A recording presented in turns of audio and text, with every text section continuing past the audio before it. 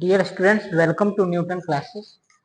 आज देखिए हम सबका टॉपिक है dipole in uniform external electric field. यानी डायपोल को हम सब यूनिफॉर्म इलेक्ट्रिक फील्ड में रखेंगे तो उसमें फोर्स नेट क्या होता है, टॉर्क क्या होता है, टॉर्क का फॉर्मूला, ये सब इस टॉपिक में पढ़ेंगे। ठीक है, तो ये वाला टॉपिक आपको समझने के लिए आपको पहले से डायपोल के बारे में पता होना चाहिए। डायपोल क्या होता है?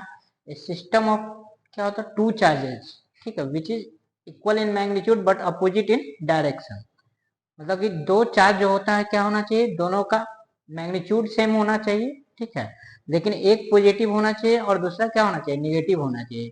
यानी दोनों का नेचर अलग अलग होना चाहिए चार्ज का, एक पॉजिटिव लेंगे दूसरा निगेटिव लेंगे और separated by some finite distance 2a। ठीक है, यानी कि दोनों का डायपोल का जो चार्ज है उसका वैल्यू में सेम होना चाहिए, लेकिन एक पॉजिटिव लेंगे तो दूसरा निगेटिव लेंगे। ठीक है, जैसे मान लीजिए इलेक्ट्रॉन और प्रोटॉन, ठीक है, दोनों का वैल्यू क्या होता है 1.6 into 10 to power minus 19 coulomb. ठीक है, लेकिन एक इलेक्ट्रॉन पे पॉजिटिव चार्ज होता है, प्रोटॉन पे पॉजिटिव चार्ज होता है, इलेक्ट्रॉन पे निगेटिव चार्ज होता है।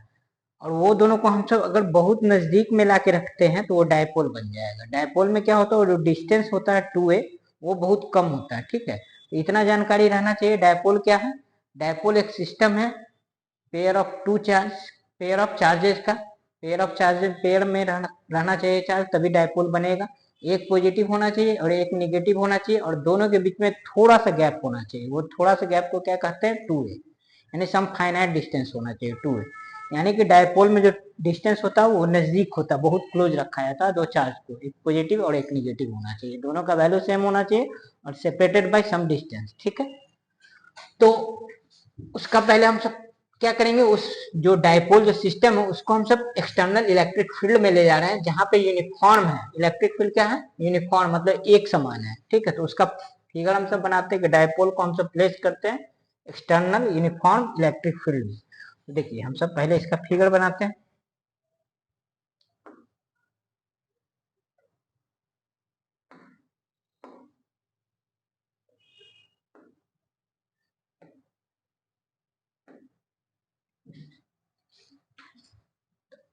सबसे पहले इलेक्ट्रिक फील्ड दिखाते हैं। यूनिफॉर्म इलेक्ट्रिक फील्ड मतलब इलेक्ट्रिक फील्ड का डायरेक्शन क्या होना चाहिए, सेम होना चाहिए। यानी सब जगह जो होना चाहिए इलेक्ट्रिक फील्ड का मैग्नीट्यूड और डायरेक्शन सब सेम होना चाहिए। तो ये देखिए इलेक्ट्रिक फील्ड हो गया, यूनिफॉर्म इलेक्ट्रिक फील्ड। ठीक है, अब इसके अंदर हमसे क्या कर रहे हैं, एक डायपोल को रख रहे हैं। ठीक है, तो डायपोल को यहाँ पे प्लेस कर रहे हैं। तो देखिए डायपोल को कैसे दिखा रहे हैं, इस तरह से मान लीजिए कि डायपोल को हम सब कुछ एंगल पे रखें। ठीक है, इस एंगल पे रखें तो एक क्या हो जाएगा पॉजिटिव और एक क्या हो जाएगा निगेटिव चार्ज। ठीक है, और सेपरेटेड बाय सम डिस्टेंस जो बोले, तो यहाँ पे हम सब डायपोल का देखिए दिखा रहे हैं। दो चार्ज होगा तो पहला चार्ज मान लीजिए कि यहाँ पे, ठीक है,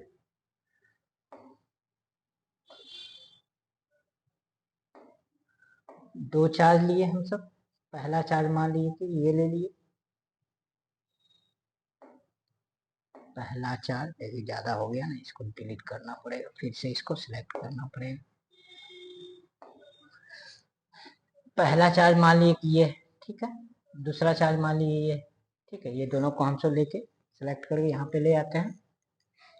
दोनों को हम सब मान लीजिए यहाँ पे प्लेस कर दिए। पहला चार्ज यहाँ पे है, ठीक है, और दूसरा चार्ज कहाँ पे है, यहाँ पे। ठीक है, सेपरेटेड बाय सम डिस्टेंस। एक पॉजिटिव लेंगे दूसरा क्या ले लेंगे, निगेटिव। ठीक है, दोनों क्या होना चाहिए, सेम होना चाहिए, लेकिन अपोजिट नेचर का होना चाहिए। यानी एक प्रोटॉन लेंगे तो एक इलेक्ट्रॉन लेंगे। ठीक है, अब इसको हम सब डिलीट कर लेते हैं। ठीक है, ये पॉजिटिव हो गया और ये निगेटिव हो गया। मान लीजिए कि ये क्या है, माइनस है, माइनस क्यू हो गया। ठीक है, और ये क्या हो गया, प्लस क्यू।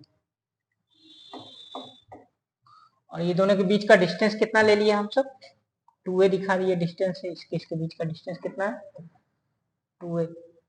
ठीक है, अब ये देखिए माइनस और प्लस क्यू है, तो ये क्या होगा, एक डायपोल मोमेंट बनाएगा खुद पहले से, यानी परमानेंट इलेक्ट्रिक डायपोल मोमेंट होगा, जिसका डायरेक्शन देखिए, इलेक्ट्रिक डायपोल मोमेंट क्या होता है, वेक्टर क्वांटिटी होता है।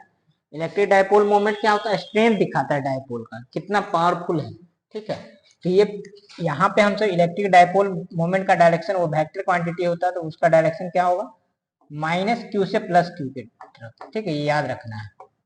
ये क्या होगा पी, पी की इधर होता है इसका डायरेक्शन माइनस क्यू से प्लस क्यू, और इसका फॉर्मूला आप सबको पता होगा 2a क्यू होता है। ठीक है, तो ये दिखा दिया हमसे। अब इसमें देखिए फोर्स लगेगा, तो देखिए फोर्स जब हमसे जानते हैं कि कोई भी चार्ज को अगर इलेक्ट्रिक फील्ड में रखते हैं, ये देखिए इलेक्ट्रिक फील्ड है, यूनिफॉर्म इलेक्ट्रिक फील्ड, इसमें हमसे दो गो चार्ज को रखे, दो चार्ज रखे, एक प्लस क्यू और माइनस क्यू, क्योंकि डायपोल क्या है पेयर में होता है चार्ज, एक प्लस क्यू हो गया और माइनस क्यू, दोनों का डायरेक्शन दिखा दिए कि डायरेक्शन इलेक्ट्रिक डायपोल मोमेंट का क्या होता है माइनस क्यू से प्लस क्यू के। ये याद रखिएगा कि इलेक्ट्रिक डायपोल मोमेंट एक वेक्टर क्वांटिटी है जिसका फॉर्मूला क्या होता है, पी बराबर हमसे जानते हैं electric dipole moment vector quantity होता है, इसका फॉर्मूला क्या होता है 2a क्यू। ठीक है, 2a इंटू क्यू, ये वेक्टर क्वांटिटी होता है। तो इसका डायरेक्शन किधर से होता है माइनस क्यू से प्लस क्यू की तरफ। ठीक है, ये याद रखना।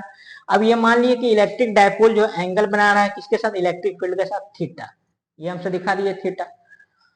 अब देखिए इस पे क्या होगा कि जब कोई भी चार्ज को हमसे इलेक्ट्रिक फील्ड में रखते हैं तो वहां पे क्या लगता है, एक फोर्स लगता है। तो देखिए पॉजिटिव चार्ज पे कितना फोर्स लगेगा, पॉजिटिव चार्ज पे इलेक्ट्रिक फील्ड के डायरेक्शन में फोर्स लगता है, तो इस पे क्या लग जाएगा, इलेक्ट्रिक फील्ड इस डायरेक्शन में। देखिए इलेक्ट्रिक फील्ड का डायरेक्शन क्या है, इधर है।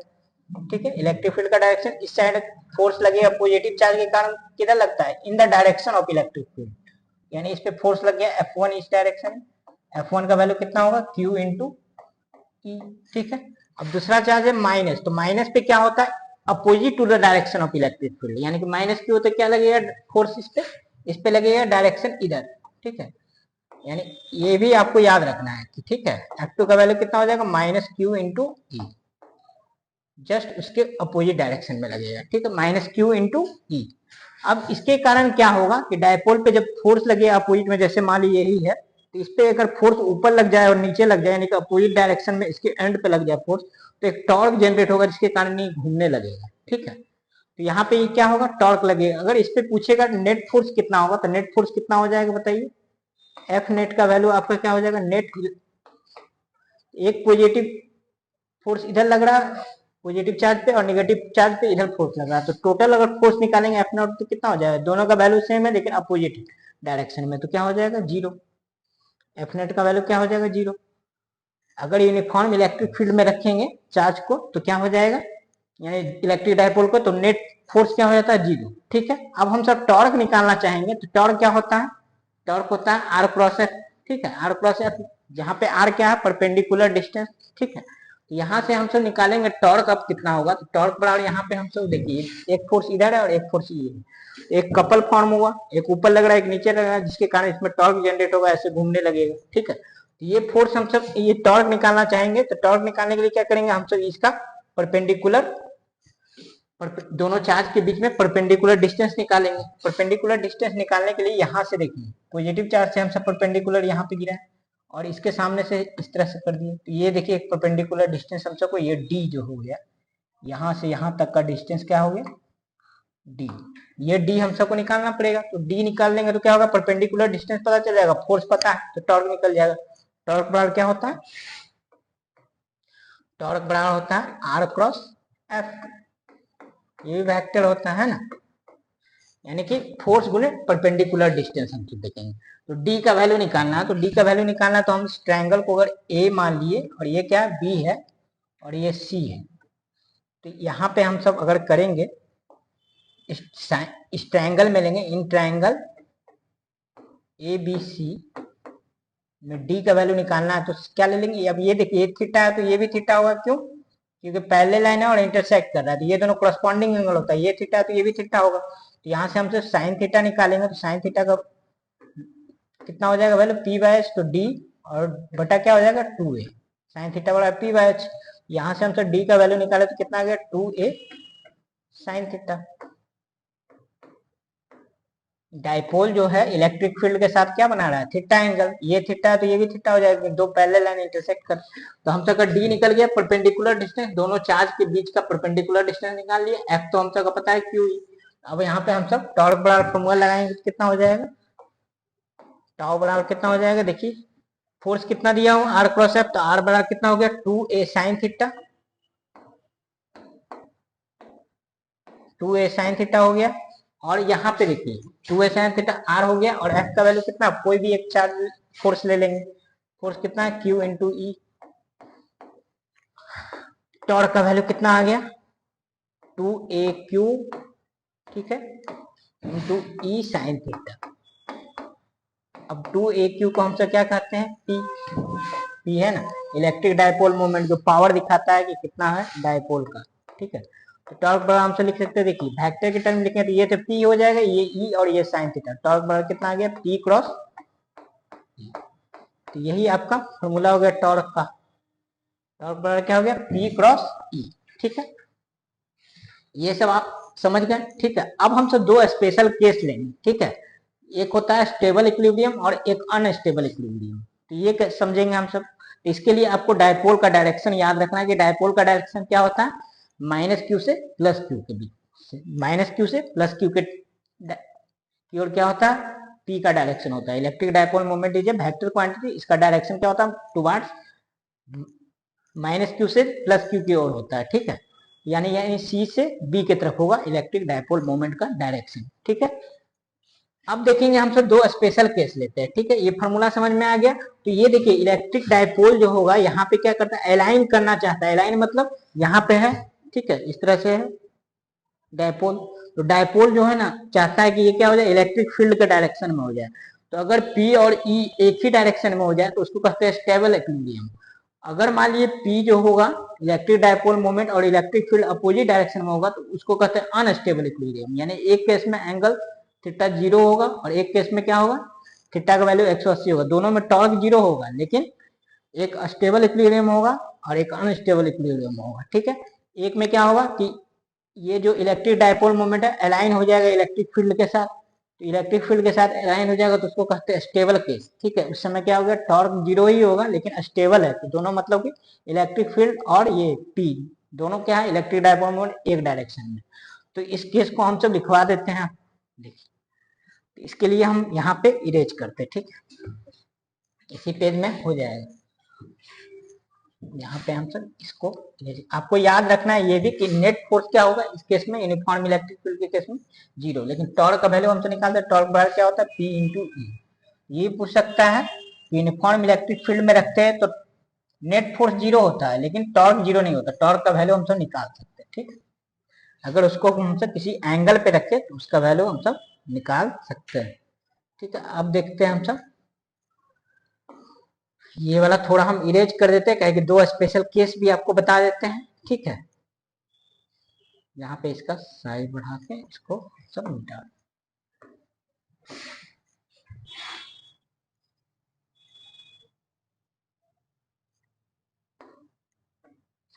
अब देखिए दो स्पेशल केस लेते हैं। तो यहाँ पे देखिए स्पेशल केस दिखाते हैं।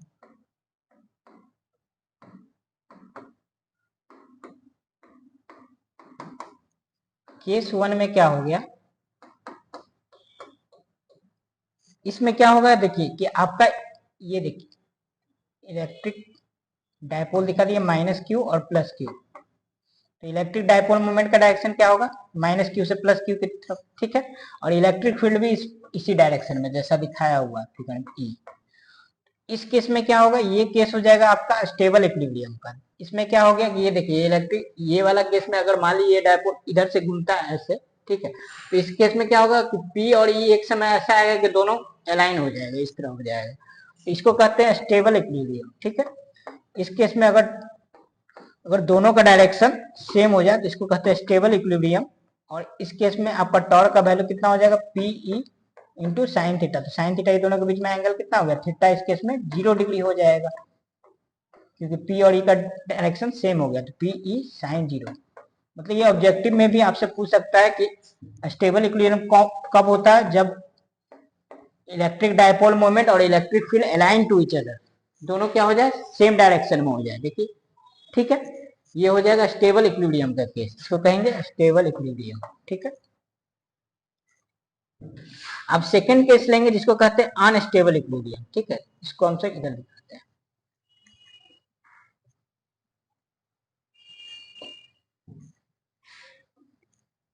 केस सेकंड हो जाएगा आपका अनस्टेबल इक्विलिब्रियम।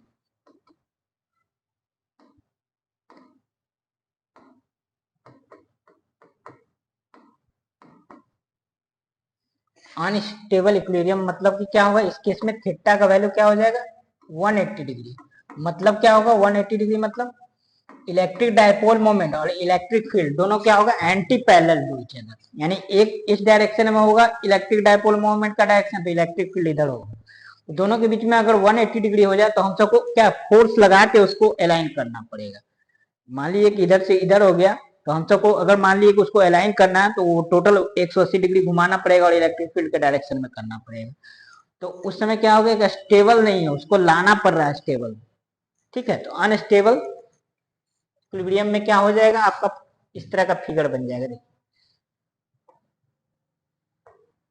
ये मान लीजिए माइनस क्यू इधर हो गया और प्लस क्यू इधर हो गया। ठीक है, इस केस में क्या किया, डायपोल को हम सब माइनस क्यू को इधर और इधर दिखा दिए। तो इलेक्ट्रिक डायपोल मूवमेंट का बताइए क्या हो जाएगा डायरेक्शन, माइनस क्यू से प्लस क्यू की डायरेक्शन तरफ होता है। पी कितना हो जाएगा इधर से इधर। ठीक है, अब इलेक्ट्रिक फील्ड तो जैसे था वैसे ही रहेगा। इलेक्ट्रिक फील्ड ये दिखाए थे, इलेक्ट्रिक फील्ड इस तरह से। तो इस समय देखिए क्या है, दोनों एंटी पैरेलल है ना, एंटी पैरेलल हो गया।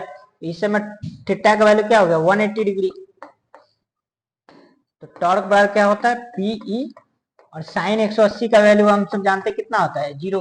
तो दोनों के केस में आपका टॉर्क का वैल्यू तो 0 ही होगा, टॉर्क का वैल्यू 0 ही होगा। लेकिन आपका क्या हो जाएगा, एक अनस्टेबल इक्विलिब्रियम हो जाएगा और एक स्टेबल इक्विलिब्रियम हो जाएगा। आपका ऑब्जेक्टिव में क्वेश्चन कैसा दे सकता है कि थीटा का वैल्यू कितना होगा जब क्या हो जाए इलेक्ट्रिक डायपोल मोमेंट और इलेक्ट्रिक फील्ड क्या हो जाए 180 डिग्री पे हो, तो उसको कहते हैं अनस्टेबल इक्विलिब्रियम। तो आपसे ऑब्जेक्टिव में देखा अनस्टेबल इक्विलिब्रियम के केस में दोनों के बीच में एंगल कितना होता है। ठीक है, और स्टेबल इक्विलिब्रियम के केस में पी और ई के बीच में एंगल कितना होता है, ये कितना होता है 0 डिग्री और इसमें 180 डिग्री। ठीक, तो हम तो सब क्लियर होगा डाउट आपके में। अब एक और क्वेश्चन पूछ सकता है कि ये दोनों को अगर स्टेबल से अनस्टेबल करना है तो वर्क डन कैसे निकालेंगे। तो वर्क डन निकालने के लिए फॉर्मूला आपको याद रखना है कि वर्क डन बराबर क्या होता है, ड्यू टू डायपोल डब्ल्यू बराबर होता है integration of tau D theta.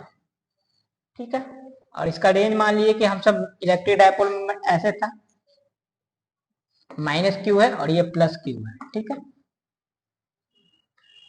तो इलेक्ट्रिक डायपोल मोमेंट का डायरेक्शन किधर होगा, इलेक्ट्रिक फील्ड पी का डायरेक्शन इधर होगा, माइनस क्यू से प्लस क्यू की ओर। ठीक है, अब यहाँ पे हम सब क्या कर दिए थे, इस तरह से इलेक्ट्रिक फील्ड था, इस तरह से क्या था इलेक्ट्रिक फील्ड था। अगर हम सबको कहना है कि ये मान लीजिए वर्क डन निकालना, तो वर्क डन का क्या होता है formula integration tau D theta, और टाउ का वैल्यू कितना होता है अभी हम सब किए P sine theta D theta. यहाँ पे लिमिट कहाँ से कर देंगे थीटा 1 से थीटा 2 के बीच में।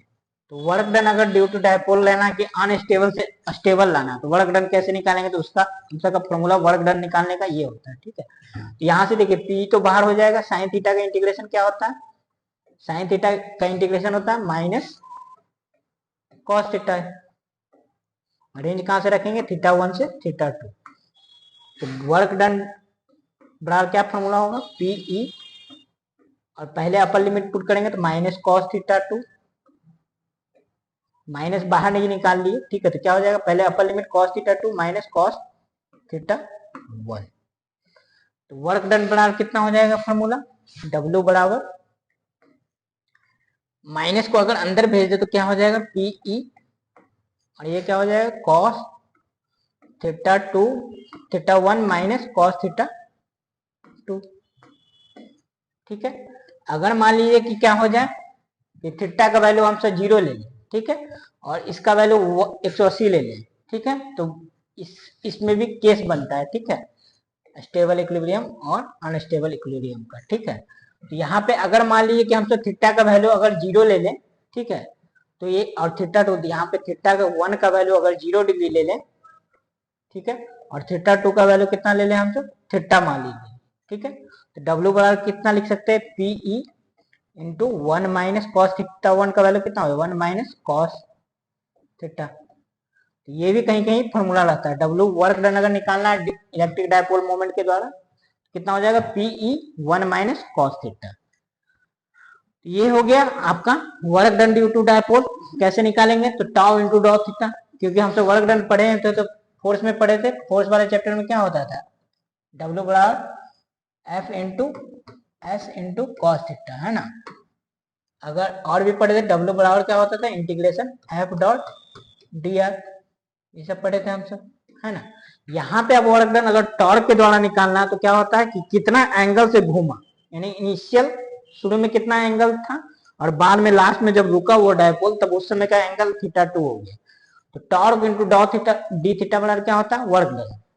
तो टॉर्क का वैल्यू हम सब अभी निकाले, P sine theta D theta, यहाँ से पी हो गया बाहर कांस्टेंट है, साइन थीटा डी थीटा क्योंकि यहाँ पी तो कांस्टेंट है इलेक्ट्रिक डायपोल मोमेंट का, थीटा क्या होगा, चेंज होगा, घूम रहा है, तो थीटा 1 से थीटा 2 चेंज हुआ, यहाँ पे इंटीग्रेशन साइन थीटा किया तो कितना हो गया, माइनस कॉस थीटा, और रेंज रख दिया हम सब, माइनस बाहर निकालिए, ठीक है।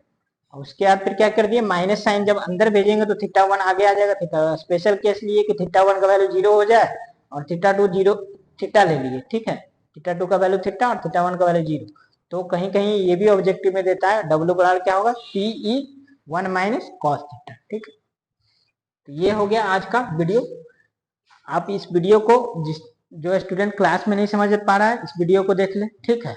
यहाँ से आपको क्लियर हो जाएगा इलेक्ट्रिक डायपोल मूवमेंट का डायरेक्शन कितना होता है, टॉर्क का फॉर्मूला कैसे निकालेंगे, ठीक है। ये डेरिवेशन भी आता है कभी कभी, 12th वाले बोर्ड में तो आता ही है, ठीक है, सभी स्टेट बोर्ड में और सीबीएसई में भी देता है। यहाँ से आपको क्लियर हो जाएगा इस वीडियो को देखने से, ठीक है, जिसको आज हम सब यूट्यूब चैनल पे अपलोड कर देते हैं, ठीक है, ओके।